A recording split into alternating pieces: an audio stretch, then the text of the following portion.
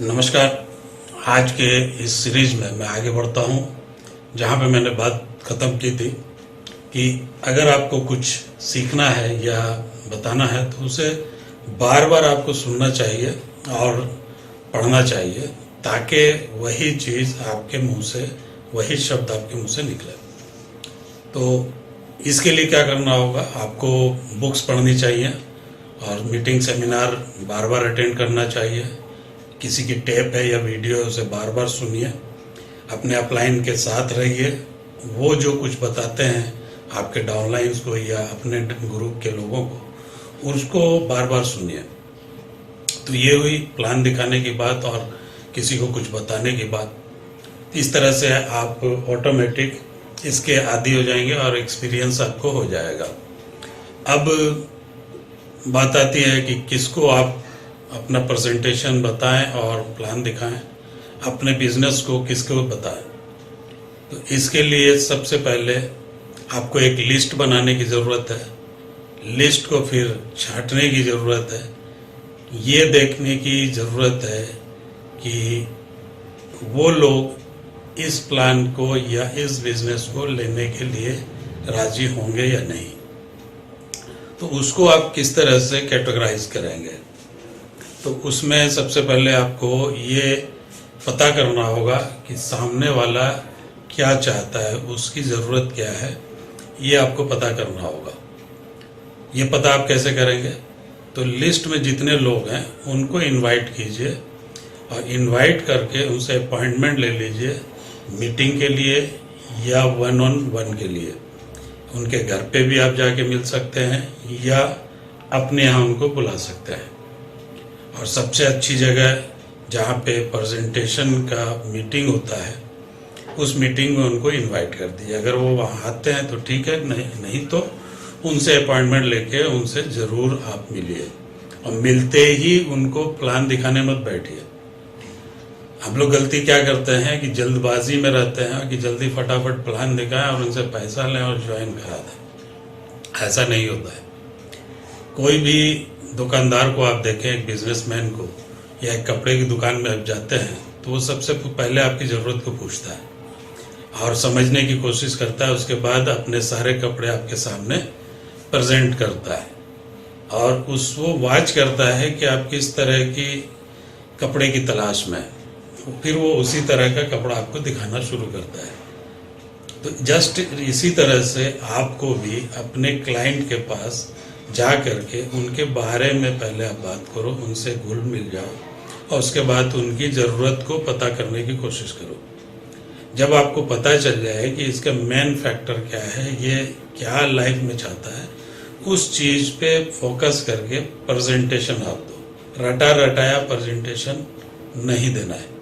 रटा रटाया प्रेजेंटेशन तो meeting seminar में होता ही है, लेकिन आप अपने हिसाब से सामने वाले के ज़रूरत के हिसाब से प्रेजेंटेशन आप बताएं। हो सकता है कोई प्रोडक्ट चाहता हो सकता है कोई इनकम चाहता हो सकता है कोई बहुत ज़्यादा आगे बढ़ना चाहता हो। तो ये आपको पहले पता करना होगा। ये पता आप कैसे करेंगे, उनसे बात करके, उनसे सवाल करके। ये नहीं कि मेरे सीधा गए और मेरे पास एक प्लान है, एक बिजनेस है, ये आपको मैं बताना चाहता हूँ। तो हो सकता है, क्योंकि आजकल नेटवर्क मार्केटिंग का नाम सुनते ही लोग पीछे हट जाते हैं, क्योंकि नेगेटिव एक्सपीरियंस लोगों के पास ज़्यादा है पॉजिटिव के बजाय। तो उनको आप अपना प्रेजेंटेशन इस तरह से देना है कि उनको नहीं लगे कि आप उनको किसी नेटवर्क में या किसी मार्केटिंग कंपनी में ज्वाइन कराना चाहते हो। तो ये हुआ आपको सेलेक्ट करने की किसको प्लान दिखाना है। तीसरी चीज, आपको मोटिवेट रहने की ज़रूरत है और उसके लिए मैं बता चुका हूँ। और उसके बाद प्रेजेंटेशन के बाद हम लोग क्या करते हैं कि लोगों को ऐसे ही छोड़ देते हैं।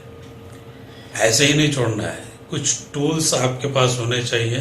प्रेजेंटेशन का बुकलेट, प्रोडक्ट का बुकलेट या कोई बुक, किताब। तो उनको दोबारा मिलने के लिए, उनके क्वेश्चंस का आंसर देने के लिए, उनकी झिझक को ख़त्म करने के लिए अगर आपने प्रेजेंटेशन दे दिया और ऐसे ही चले गए और उनको आप कॉल करो कि मैं आपसे मिलना चाहता हूँ, तो हो सकता है वो ना कर दे। आपको कुछ उसको देना है कि आपको मैंने जो कुछ भी बताया, हो सकता है आपको और भी बहुत कुछ बात समझ में नहीं आई होगी, उसको समझने की ज़रूरत है। तो मैं आपके पास ये बुकलेट या ये किताब या कैसेट या सीडी आपके पास छोड़ के जा रहा हूँ। आप इसको 24 से 48 घंटे के अंदर ज़रूर देख लीजिए, ताकि आपको मेरे इस कॉन्सेप्ट के बारे में और इस प्रोडक्ट के बारे में और भी जानकारी हासिल हो जाए। हो सकता है आपके मन में अभी कुछ सवाल नहीं हो, वो बाद में आए, तो वो आपको ये सपोर्ट करेगा। और उसके बाद मैं ये बुकलेट लेने के लिए आऊँगा, तो उनसे उसी टाइम फिक्स कर लीजिए कि कब आपसे वो मिलना चाहेंगे। तो उनसे आप टाइम ले लीजिए, कल, परसों, सुबह या शाम, तो वो अपने हिसाब के अनुसार आपको टाइम बता देंगे। उस टाइम में 24 से 48 घंटे के अंदर ही टाइम फिक्स होना चाहिए। और उसके बाद उनसे फ़ोन करके आप उनको इन्फॉर्म कीजिए कि मैंने जो आपको बुकलेट दिया था वो मुझे लेना है और मैं लेने के लिए आपके पास आ रहा हूँ। तो वो अगर उस टाइम अवेलेबल नहीं होंगे तो आपको टाइम दे देंगे बाद में, और आपको जब भी टाइम दे उसी टाइम पे उससे जा कर के मिलना है। सबसे पहले वो बुकलेट लेना है या जो आपने टूल्स उनको दिया है वो लेना है, और उसके बाद बात को आगे बढ़ाना है कि ठीक है, मैंने जो कुछ भी बताया था मैं सब रिवीजन आपने कर लिया होगा और आपको जानकारी हो गई होगी। फिर भी अगर आपके मन में कोई सवाल है तो आप मेरे से पूछ सकते हैं। तो उसके मन में कोई जिज्ञासा होगी तो आपके पास ज़रूर वो सवाल रखेगा, और उसका जवाब अगर आपको मालूम है तो सही सही दे, बनावटी या घुमा फिरा के नहीं। अगर नहीं है तो उनको कह दीजिए कि ठीक है, ये सवाल का जवाब तो मैं भी चूँकि नया हूँ और मेरे साथ जो इसमें पार्टनर है, मेरे सीनियर पार्टनर, उनको मैं अपने साथ लेकर के आपसे मिलवाऊंगा, या आप खुद चलो मैं मिला देता हूँ। तो इस तरह से उनको अपने अपलाइन से ज़रूर मिलाएं। अपलाइन आपका सारा कुछ जानता है, सारे सवालों का जवाब उसके पास है, प्लस एक्सपीरियंस है। तो ये करने से क्या होगा कि आपके प्रोस्पेक्ट के दिमाग में एक भरोसा बनेगा कि नहीं, वाकई आप सीरियस बिजनेस कर रहे हो और सही काम कर रहे हो। जब उनको पूरी तरह से सेटिस्फैक्शन हो जाए तब आप उनसे कहो कि कब आप साइन अप इसमें करना चाहते हो। और चूंकि अभी अपना कॉन्सेप्ट फ्री है, उनको आप बोलो कि अभी आप फ्री है, इसमें साइन अप भी आप कर सकते हो।